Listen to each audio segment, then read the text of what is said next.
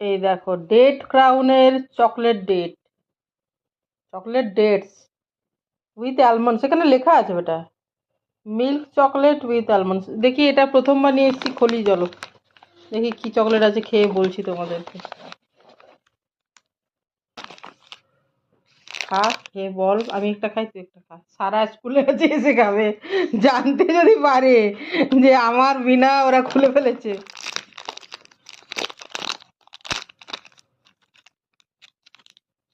কেমন দেখতে রে? দেখি দেখি, খা, খেয়ে বল।